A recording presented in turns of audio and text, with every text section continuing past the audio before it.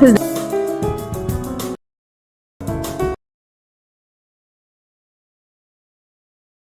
evening, everyone, and it's my pleasure to have you all here, despite the late hour and extremely busy days at the conference. And first of all, I would like to share several ideas on the impact, I believe so, we have made on each one of you. And in the manifesto, we have mentioned that the ability to speak English gives the opportunity to be part of the world. And as I was listening to the speakers from all over the world for the past 2 days on our platform, I feel like personally, my team and our product became a part of the ecosystem, and we are some sort of creating the atmosphere of globalism right here, right now, speaking English. And the next idea is moreover talking to our international colleagues. We have come to the conclusion that we are all going through very similar educational problems. And for the past 2 days on our platform, we have created available content that will be useful to our colleague from China to Venezuela in terms of learning English as a foreign language. And as we are in the digital world right now, all our content will be stored and available online anyway and anywhere. So, but let's go back to our conference's agenda, and let me introduce our experts and Maria Verbitska, Chair of the Federal Commission on the National Examination in Foreign Languages. Maria, good evening and welcome to our platform. Hello, dear colleagues. Hello, dear organizers. Thanks for inviting me. Eugene Lichkin, thematic lead of the MEF Shakespeare Conference, English teacher and a winner of the all-Russian competition iTeacher 2019. Evgeny, welcome to our platform and good evening. Good evening, dear colleagues. It's an honor to be here with you today. Okay. So, according to the latest stats, our schools are incapable of preparing a child to live in a global world where people primarily communicate in English, and 77% of parents consider the Russian school curriculum incapable of preparing their child to communicate English successfully. And so my first question goes to both of you, please. And who is actually responsible for the child's success in the global world? And can you tell us more about this? Please, Maria, can I ask you to start our discussion? Well, you know, I think if you really want to know my opinion on it, then who is responsible for the child's success in the global world of the 21st century? A child, herself or himself, parents, teachers, and the state. The state provides certain conditions in which a child can learn a lot or learn very little or next to nothing. And it depends on the teacher, on the parents, on the child's motivation. Why do people think that they can be a success in life without speaking English in our country? Because she said quite frankly that the only way to get a good profession, or a profession in the English sense of the word at all, was learning English. If she didn't learn English properly, if she wasn't fluent in English, her fate would be a cashier in a supermarket. See? And not more than that. In our country, the situation is different. There are very many professional fields where you can do without English. Russian people do not travel very much. You know, the majority of them, it's not a high percentage. And although the teachers of English and our professional community were trying all the time to show that English is not only traveling and not only professional success. It's, it's a way to communicate with people in every sphere of life. Unfortunately, probably we are not very happy yet in this endeavor. Okay. Get it. Thank you very much. Evgeny, may I ask you the same question? Who is actually responsible for child success in the global world right now, please? Yes, Maxim, thank you for the question. I think it's not an open-ended question. It's an eternal question when we speak about English teaching and English learning. And generally speaking, just like Maria Valerievna said, all the actors of education are interconnected here in this question. And, I've been discussing this question when I was studying at the college, when I was studying in a university. We discussed it a lot with my colleagues, with my students and their parents.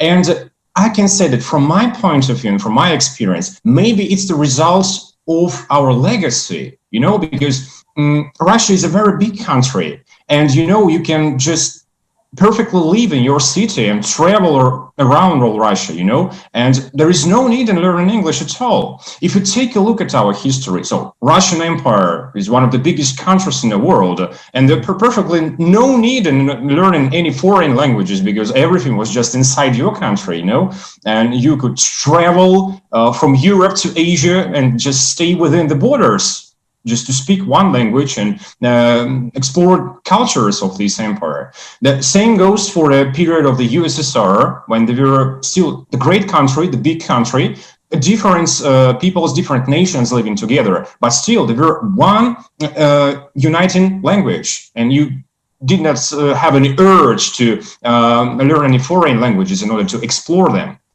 And I think it's a kind of a legacy, because still, the same problems have any big countries which are trying to foster the English teaching and English learning.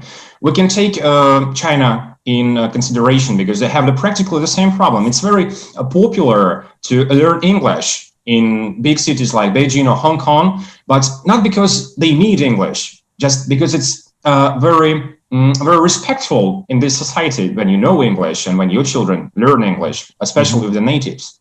But for the big majority of people, it's not necessary. So all the contents that you can get, all the job opportunities, just like Maria Valerievna said, you can just take them perfectly within the borders of your culture and within the borders of your country. And I think that's the main question: how to give the different perspective on this, how to show that English is not only a way of obtaining content, it's not only a way of obtaining new job positions, but just a key to the world's culture today. So that's like the question that I think has a lot of answers from different perspectives, and it's absolutely impossible to answer it in a short sentence, in my opinion. Yeah, but we're trying to find the answer, in content of our conference. Okay, thank you. But the second question goes, please, directly to Evgeny, and because you're a theme lead of the conference, and looking back at the past 2 days, and at the wide range of alternatives and opinions, what instruments would you like to highlight? And how do we encourage his students and or his family become a part of the global community? Oh, that's a great question, because there are so many instruments and so many methods of fostering and just creating the positive atmosphere for learning English. Of course, we have discussed a lot of variants, but I think the underlying idea in the whole conference was to bring the real context for everything that is connected with English. Because it's very easy to conduct your lessons based on the students' books and just, okay, I have a student's book, I have everything, I have a teacher's book which tells me what to do. But English teachers, as it was mentioned many times during our conference, are much more than just teachers who present grammar and vocabulary. I really like the quote from the first day when Tom Kiddle, a director of Norfolk Institute of Languages, said that when you teach English, you teach everything. And that's a very interesting idea, you see, because during our early education in the institute, we are told that, okay, we've got 4 basic competencies. We need to foster grammar skills. We need to foster how to speak properly and so on. But the main idea is not even in acquiring skills that will help you to speak, but to shifting the perspective on the language. And the language awareness, which was really thoroughly discussed in the first day, when you try to understand why do the language works this way, and what are the principles of this construction of the language. The ability to understand that English is not like a constructor in which you cannot change anything. Yeah, you can just build it like a blocks. But to understand that there are different approaches to understanding and creating your expressions. As it was said, English is, and any other language, by the way, is not just like a form which is in the stone form, you cannot change and so on and so forth. Language is always developing. And in order to make responsible choices every day in your communication and so on, you need to be aware of language and the way it works. Mm-hmm. The second very important thing for me is that we have been discussing CLIL, which is content and language integrated learning. When we're trying to use English not as the main subjective or objective of learning, we try to use it as a medium in which we try to find out interesting things about the world around us, in which we try to use it as the key to this treasury of the world's knowledge. And the same goes for the 21st century skills, for the critical thinking, for the critical reading, and so on and so forth. Basically, all the 4 keys of 21st century skills is embodied into the English. When we speak that we need critical reading, of course, we promote critical reading on English, on our English lessons. Somewhere in a bigger numbers, somewhere in the less numbers, but still, we work not only on creating giving the corpus of vocabulary and language, but we try to build the language personality, to say so. To summarize this talk, we need to always put everything into the perspective. We need to remember that English is a medium for us to explore the world. We need to remember that we always need to ask question, why does it work in such a way, and how does the language work at all? And the ability to draw parallels between English and different fields of study and different fields of our life is also vital. That's it. Okay, and developing this issue, I would may ask Evgeny one more question to you, because you are in a very deep in the context of the conference, and English as a language has been adopting to the new world, and it is obvious that the people who take the responsibility to teach English also have to be flexible and adapt to contemporary language. And again, looking back at the past 2 days of the conference, did we create an environment for teachers who are willing to update teaching methodologies and perspectives? And could you tell us, please, more about this environment we have created? I believe so that we have created this environment. You mean the environment that we have created during the conference? Okay, I can say that it's always very important to speak about values, because, you know, many conferences are always concentrated around tools, methods that we can just put into our works. But in my opinion, and it is stated in our manifesto, I think that Moscow International Education Forum also shares this perspective on life, that values are much more important than just specific tools and so on. And we have been discussing what makes a contemporary teacher, and we have found out that the vision of a contemporary teacher today is a global vision. And all the changes that have happened to us because of different situations in the world, because of the COVID restrictions, they are trying to shorten this gap between global and so what happened in the country, in different countries. And you know, speaking about teacher, we say that teacher is always change maker. Teacher is a person who helps to understand that the world is a very interesting place, and you always will find your way, and you will always find your place in it if you just be curious enough and be daring enough. Teacher is also a person who opens the global culture and shows how can we use and how can we develop our own skills and perspectives on it. And of course, when we speak about ideal teacher and what should this ideal teacher do, we suggest that teacher is the embodiment of these principles that we want he or she to do. And during our conference, we have discussed different ways and strategies. First of all, how to understand your urge, how to understand your current position. We have a wonderful session about self-development, and we said that it all starts with trial and error. And even if you make if you have some problems, the most important thing is to understand it and then use the resources that you have. Okay, a little bit later, I will have the block of questions concerning the ideal picture of contemporary English. Yeah, but now, so thank you for your vision, and I think it's the right time for me to make a small statement on behalf of our team, and we will keep investing in the community of English teachers, which is really important as we see during this conference, and we will develop our platform to support the best practice throughout the year. And the first part of the discussion is really inspiring to me. And as we were talking about the world without borders and people easily communicate with each other, but now I would like to focus on the question that impacts at the teachers and the students in Russian. And so, Maria, please, is the current state exam, I mean, ЕГЭ in English, is it a ticket to the global world or not? What is your opinion, please? Well, it's a ticket to further education, to university education, and an opportunity to enter the global world.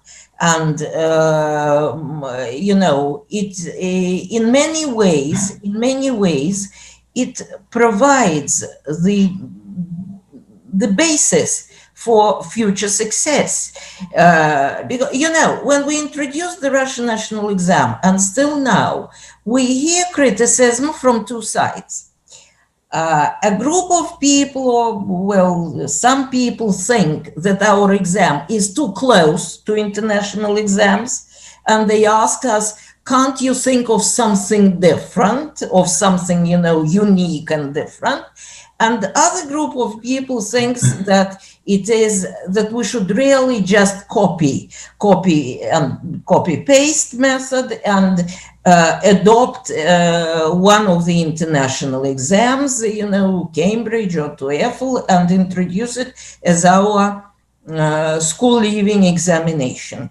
I think they are both mistaken, because a Russian national exam is like a bridesmaid's outfit, something old and something new, something old and something new, something borrowed and something I won't continue, but something old and something new, something borrowed. That's quite right, because all the exams in English or in a foreign language, they assess the mastery of this foreign language, the 4 basic skills, and we do it. But different exams do it at different levels, and our the highest level that we have tasks in Russian national exam is B2. So it's not C1, it's not C2, it's B2. But we have also A2 plus and B1 and B2, and we differentiate the school leavers according to these levels, and actually the results give some recommendations. To some, it's a recommendation to continue in the humanities, in the language professions, if they have high scores, And some are advised not to enter professions in the humanities and the humanities departments of universities. And that's a good beginning to continue learning English. But I will say that international exams, they all aim to assess whether the candidate is ready to continue education in an English-speaking country. We don't aim at that because we understand that most our school leavers will continue education in Russia. Some of them may enter foreign universities, and in our session on exams with or without borders, we have discussed the question and the kind of coordination between Russian national examination and international exams. But we should bear in mind that the aims are different, the audiences are different, and thus there is some difference in exams. In some ways, Russian national exam is more progressive than international exams. And I'm afraid I don't have time to speak on it, but it is more flexible, especially in terms of those levels and the labeling of words in terms of levels but these are specific things. We have to discuss it in a separate section. But the problem is that the aims of the Russian national exam and then its content and structure is not well understood by the teachers and by the tutors, those independent teachers who prepare, specially prepare students, repetitori, we call them in Russian. The best English equivalent perhaps is tutors, who view Russian national exam as a certain schemata, and they try to teach cliches and to show if you follow these cliches, you're a success. That's wrong. To be a success in the Russian national exam, you have to master the language, the 4 skills, up to level B2. Okay, so that means, may I precise, to successfully pass through TOEFL or IELTS, do have invest our time and money to be good in it, yeah? We are not ready after a state exam to pass it through without any additional investment. It depends on what score you want to have in IELTS or TOEFL. And the same refers, you may be a success in TOEFL, but you will not cope with Russian national examination because, because of the differences I've just indicated. So it doesn't mean they should be the same, but they coincide in a rather, great degree, they coincide, but not actually one-to-one, and it can't be one-to-one correspondence between them. They have different aims, different audiences. Okay, thank you. That's clear. And one more question about the state exam. For the past several years, there were a lot of conversations about making English as a mandatory exam upon school graduation. And the question is, why it is still not mandatory to all the students like math or Russian? That's a difficult question, and it's personally difficult for me because it was, my dream to make it a mandatory examination. It will, if it were made a mandatory examination, English or foreign languages at large would get more attention at school, and the teachers' level will be increased, and the quality of textbooks published in our country will improve, and so on and so forth. But unfortunately, the present day situation, and I mean the pandemic, it changed the plans to a very great extent, because the last year with a lot of online teaching and online teaching for 25, 30 students in English or in French or in German, you understand that it is not very effective. I think it made a mandatory exam impossible. And it will, of course, bring, if the decision were taken, it would bring very unpleasant social consequences, because both the students and the parents and teachers, a part of teachers, will not understand it. So in the present day situation, I think it was the right decision, although I grieve it very much. And the reason of the decision was only technical, yeah? From the technical people. No, it was, I can't say it was purely technical, because there were very many fears about the level, and it is an official point of view, you know, that the level of teaching is so different in different schools and different regions that it is impossible. But for me, it's not valid, because I'm afraid not every teacher even understands that we were planning 2 examinations, like in mathematics. 1 examination on the basic level, and it was on the level of our all Russia tests, ВПР, Всероссийские проверочные работы, very simple, and with 2-3 hours a week, still a student could have coped with it. And another examination, which is kind of what we have at present, and that is entrance examination to a university. And you know, I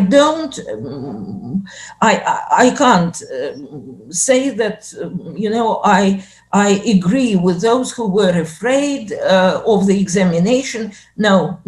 But the decision, I think the decision is right at the moment.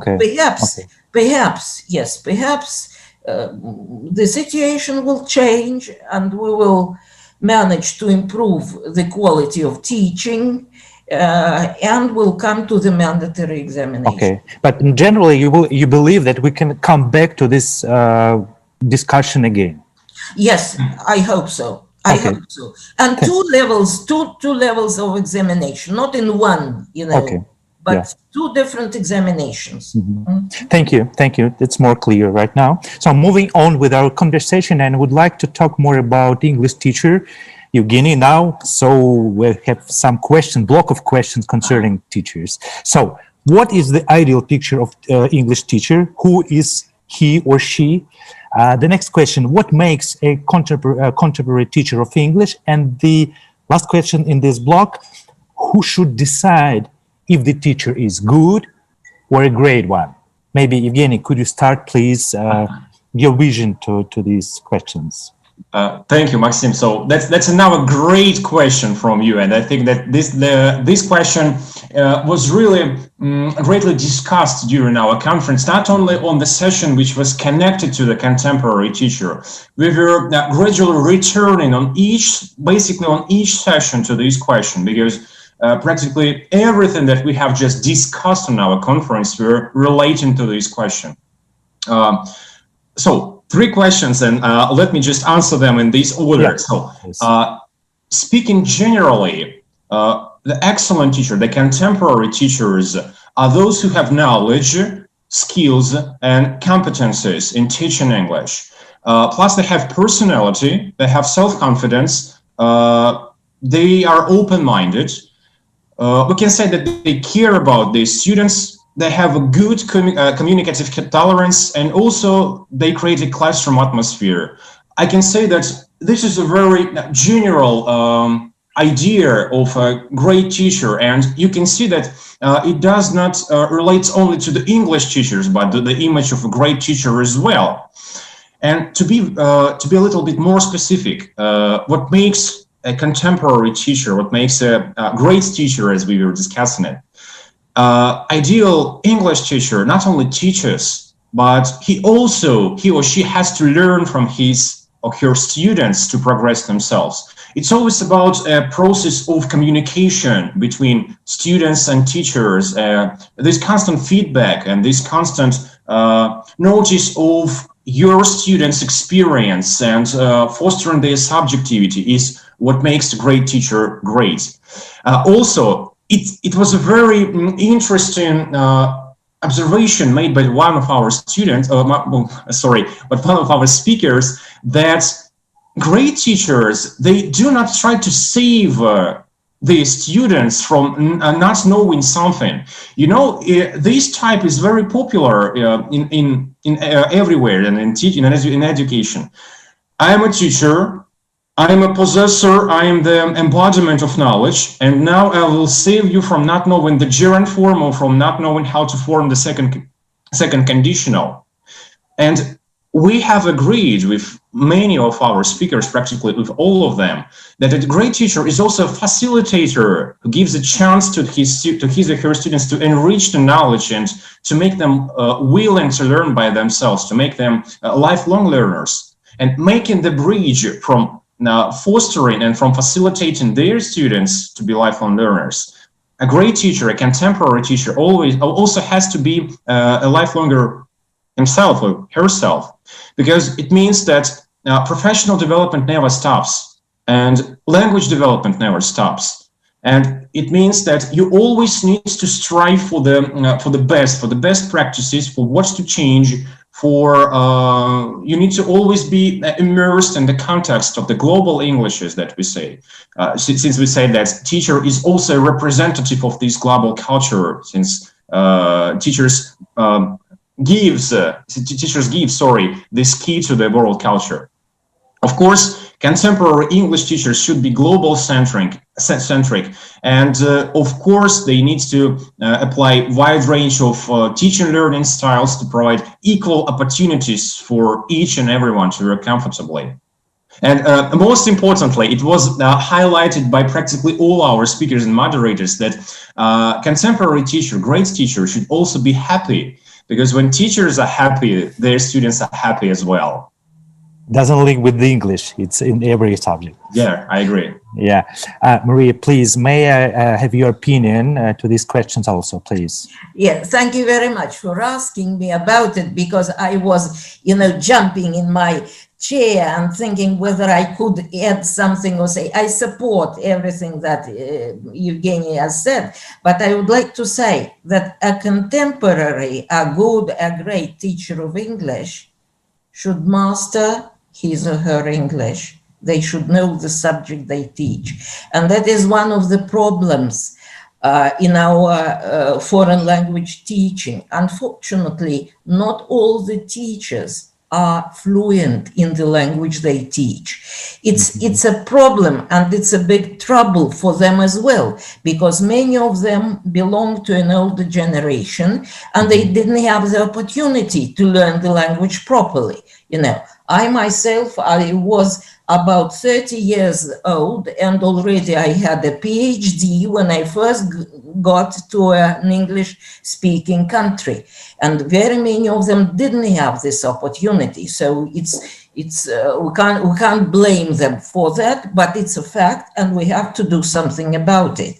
And as to younger teachers, most of them are better with in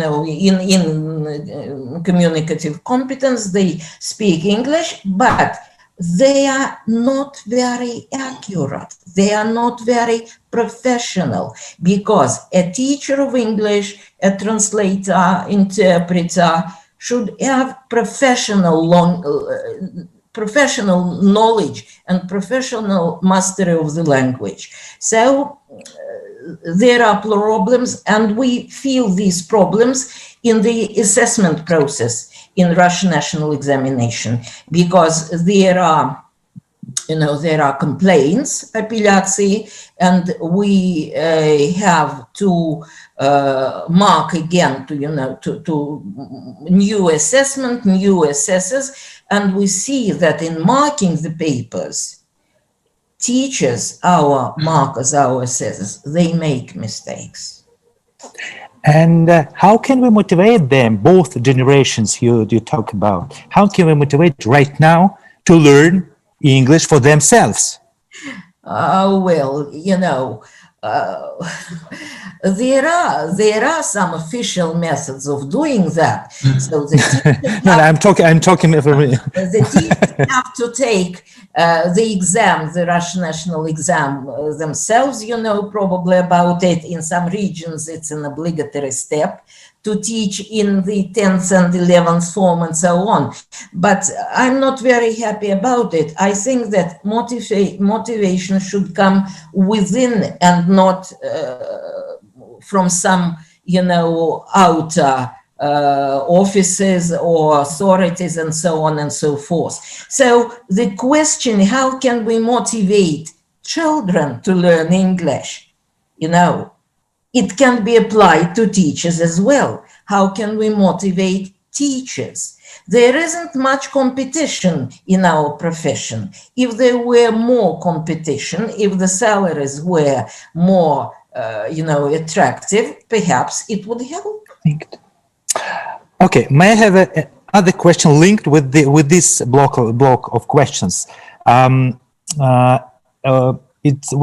like to talk about the brand and the image of teachers, and what difference does the teacher's image and brand make for his or her students? I mean, like, it is important to know that your teacher is able to watch a movie in English, and he reads books or surfs the internet to look for the best English podcasts for their students. What is your vision? I think, I haven't been teaching at school for many years. I teach only separate courses, at school, like electives. It's different. It's not just English teaching, but I read lectures and I teach a course of translation and interpreting in Higher School of Economics in their School of Foreign Languages. So I have contacts with teachers, with the students, and my students, they are not so much interested in whether I watch films, but when I start telling them how I met this very famous person and that, and what discussions I had with David Crystal, they like it. Again, may I have the same question to you, please, because it's really important, the image and the brand among the students. How do they feel his teachers? Yes, I can say that. What does it mean to have an image when a teacher has an image? It means that you perfectly understand your advantages. You perfectly understand the sides of your personality and your professional personality as well. That makes you an outstanding person. So you can totally list what makes you unique and what can you do very well. And when you understand these values and when you understand these advantages and specific points, you become not just a teacher, but an expert. And this expert position, when you understand how to create great online courses, when you know how to bring cool, authentic resources into your classroom, this expert position always draws attention from your students, from their parents, who understand that this teacher is not just working his or her hours and then just go home. This is a professional who really interested in personal development, really interested in trying new ways, and creating new ways by him or herself. And I think personal image is like a personal statement to the whole world that you really want to change something, that you're really interested and you want to make a difference.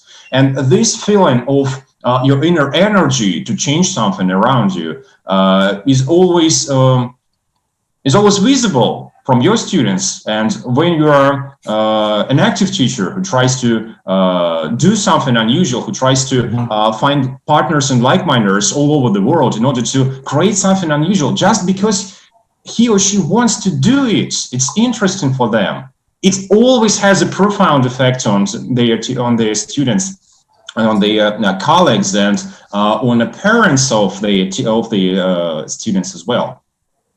Okay, thank you very much for your answers. And Evgeny, you mentioned before textbooks and other instruments. So I have two questions on it.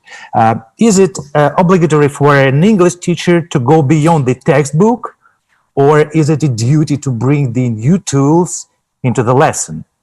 The duty, their duty is is very interestingly connotated, you know. So when we say that it's duty, we say that you absolutely must to do something.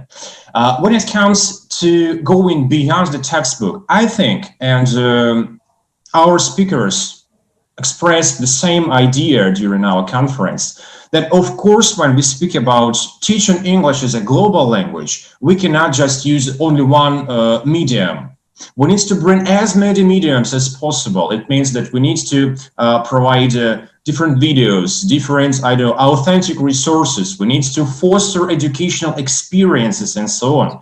Because, of course, textbooks can be brilliant, they can be excellent, and they come with the CDs, they come with the audios, they come with the videos, but still, the language is developing very dynamically. And to be concentrated on only one textbook means just looking on only one short part, on only one reflection of the real English, which is just flourishing around us.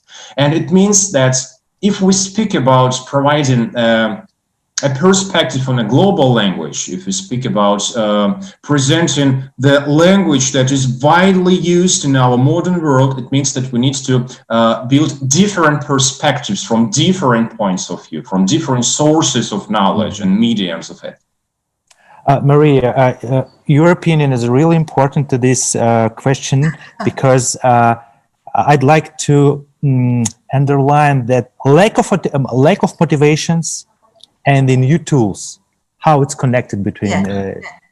But I would like to start with one thing I will add to what Evgeny has said to the classroom. You know, life in English, a bit of real life English, and so on and so forth. And of course, it's new media, it's new tools, absolutely. But it can be done very easily without it. Only when you don't go word by word in your teacher's book, but when you view English as a means of communication. You come into a classroom in the 5th form, I don't know, in the 6th form, it's not necessarily 10th or 11th or whatever. And if you are if your textbook on the moment suggests that you study, I don't know what, whether the topic, whether it is the 5th form topic, you come into the room, look into the window, greet the students and say, oh, what a nice day, or what a terrible weather. What do you think, Anya? Seryoja, do you like this kind? You know, it should be very lifelike and very very natural, and that is communicative, and all the modern tools and media, they help to do it. Yes, of course, they help to do it, but it should be in the teacher's nature to make English part of communication in general, in all senses. And where our teachers can learn how to bring life into their classes. From the best practices, okay. You know, participating in our conference, using the platform, and so on and so forth. Okay, great answer. Thank you very much. And so one more question about the platform and technologies.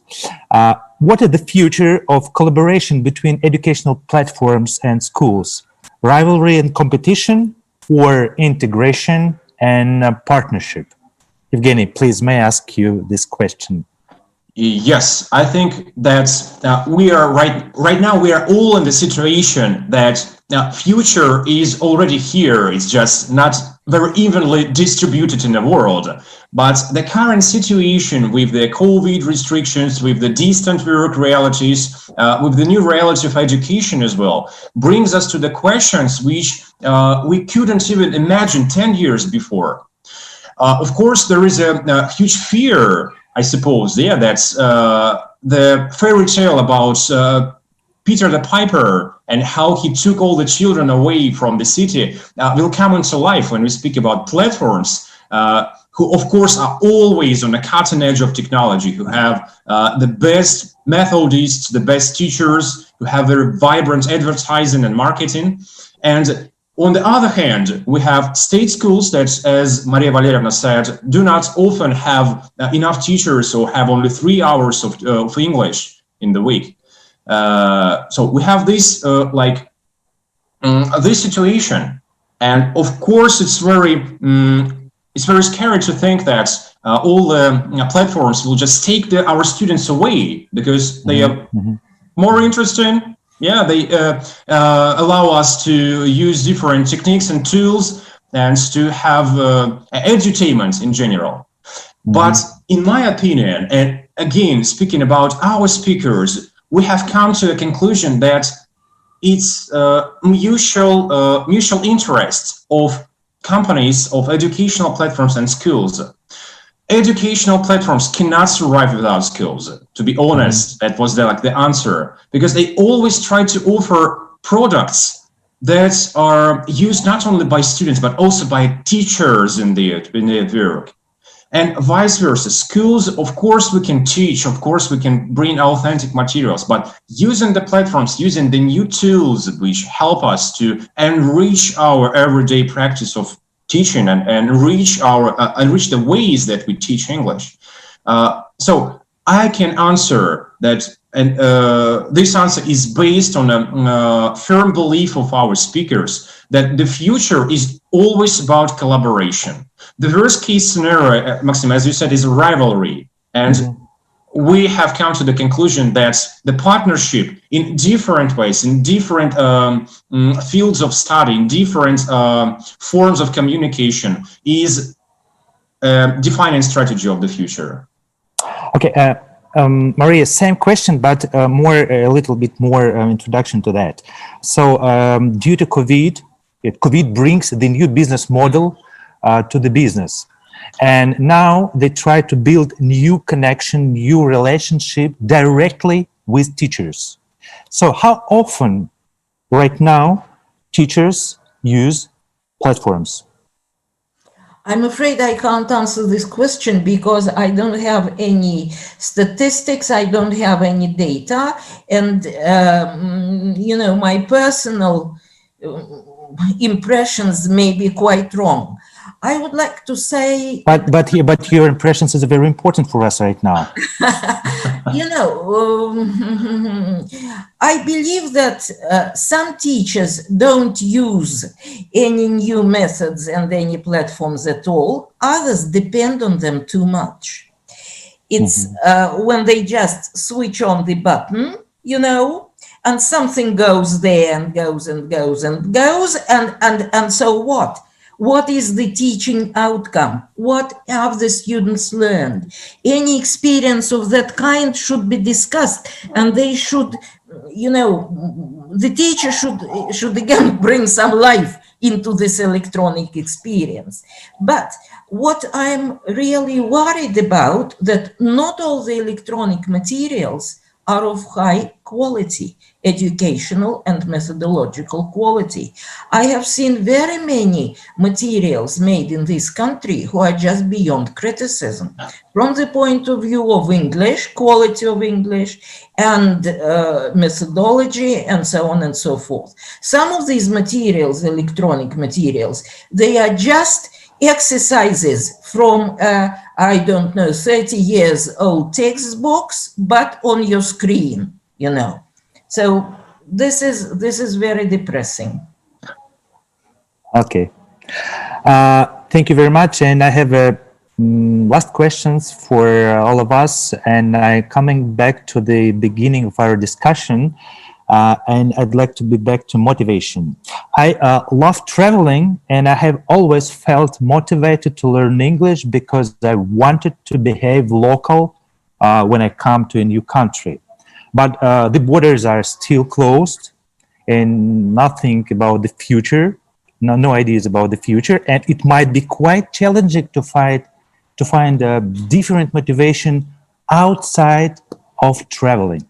Yes. So, yeah. What should be the major motivation for the students to learn English right now? Maria, may I ask you first? Well, please? I think just to communicate with people, again, it's a great question, and I think that the lack of personal face-to-face contacts, they somehow make contacts through other means more important for people. And I hope very much that perhaps our teachers will arrange for the students some contacts, some discussions. I know that very many schools do these. They have direct contacts with school children in other countries, and not necessarily English-speaking countries, because English is a global language. That's a fact, you know. And I think that this kind of communication becomes more important when we can't travel and we can't meet face to face. That means that it's necessary to learn English even if your future job is not requires English. Yeah, Absolutely. But, you know, I am all for learning English and other foreign languages at any age and in any profession and so on and so forth. I was trying to explain why so many people, 77%, you gave the figure, not me. Yeah, you know? State gives the figure. Yes, they stated that they don't need it. You know, English really opens very many doors, and it opens your mind. It's an eye opener in very many spheres, culturally and in science and any subjects. It's a great pity that our doctors and engineers do not possess necessary knowledge of English to excel in their professions. We need more specialists like that. But very many people don't see these needs, these requirements, they don't feel them. So again, motivation is the main question. Okay, thank you. Your speech is really inspiring to all of us. Thank you. Evgeny, what about your vision about motivation to learn English right now? Maxim, you said that you love to travel, and I would like to just to add a little bit more about it. You know, that we travel and experience in different cultures. We always experience different point of view, and I really like this this idea that Chinese character crisis consists of two parts: a problem and an opportunity. And I think that these restrictions that we have right now, of course, they are problems for us, a huge problem. Yeah, we cannot travel, we cannot do the things that we used to before, but also it's a great opportunity to do everything in a new way, to start something amazing. And I can say that, of course, we have moved into the online learning. Of course, we now have to study online. But that opens the whole new world of opportunities. And our teachers and teachers all over the world can provide us with not only the lessons, but the whole educational experiences of meeting the people all over the world. And our speakers have provided us with so many ideas. How can you organize it, from using different services to creating collaborative works with different teachers. And I think that we are just started walking this road into a completely new understanding of education and completely new understanding of the role of English in this new reality. Really, thank you very much. And I think it's about the time to wrap it up. And dear experts and colleagues, thank you for being with us. And good night and good luck, as the famous movie puts it. Thank you very much. Thank you for this discussion. Thank you. And goodbye. Thank you.